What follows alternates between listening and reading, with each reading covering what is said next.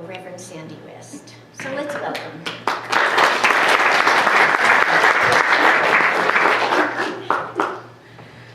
President of my fan club, not paid. When I was thinking about what to talk for, I was watching Netflix, which has always got lots of stuff to give you lots of ideas. And Michael Palin has a series on where he goes into Eastern Europe.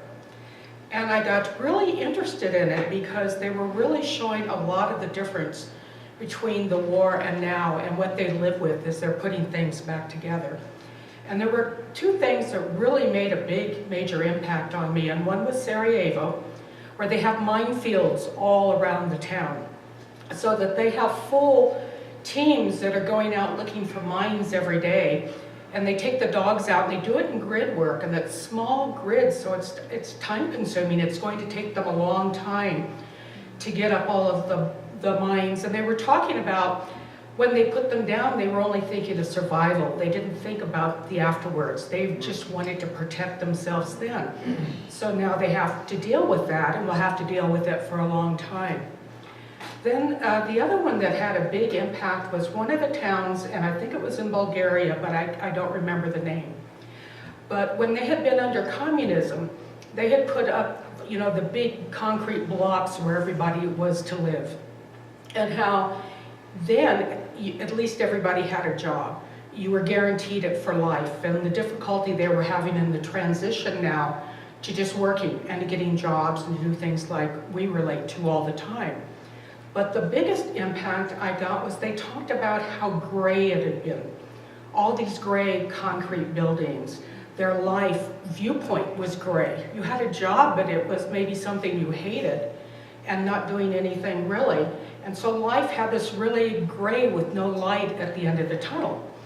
So in this particular town, the mayor is an artist, and his office is beautiful with all his artwork and everything. And he was trying to work with, how do I help people change their attitude? Because they really had to change that. As we all know, you manifest what you believe and what you see and what you think. And he thought color. So he started working with people to get them to paint all the buildings and use bright colors. In fact, Betty is a perfect example of all the balconies on one of the buildings. They were bright yellow and bright purple and all different colors.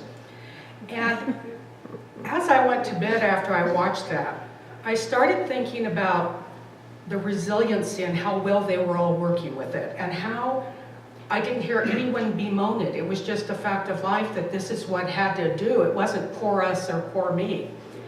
And I got to thinking about how I and probably many others take what we have for granted a lot of the times, that my life can be so focused on me and what's going on with me and what I have or what I don't have. And how unrealistic my picture is, because I'm comparing it to a country where just about everybody has. And I'm not comparing it to all these parts of the world where the people don't have it. So I want you all, if you can this week, to take Betty's spiritual thought, because I think that is so beautiful with it. But to think not in terms of what we don't have, and if you do, use the spiritual intention, but to think about what we have, our cup half full, and to remember how blessed we've been. I don't know of another country I could have been born in and had the mouth I had. To be a woman who can speak and be assertive and do those kind of things.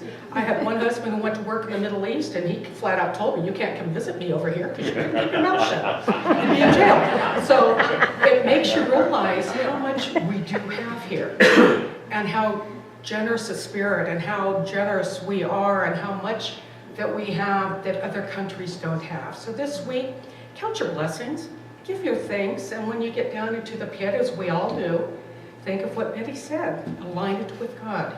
Align it with Source. The one I've been using this week is that Source always gifts me with more than I can use every day.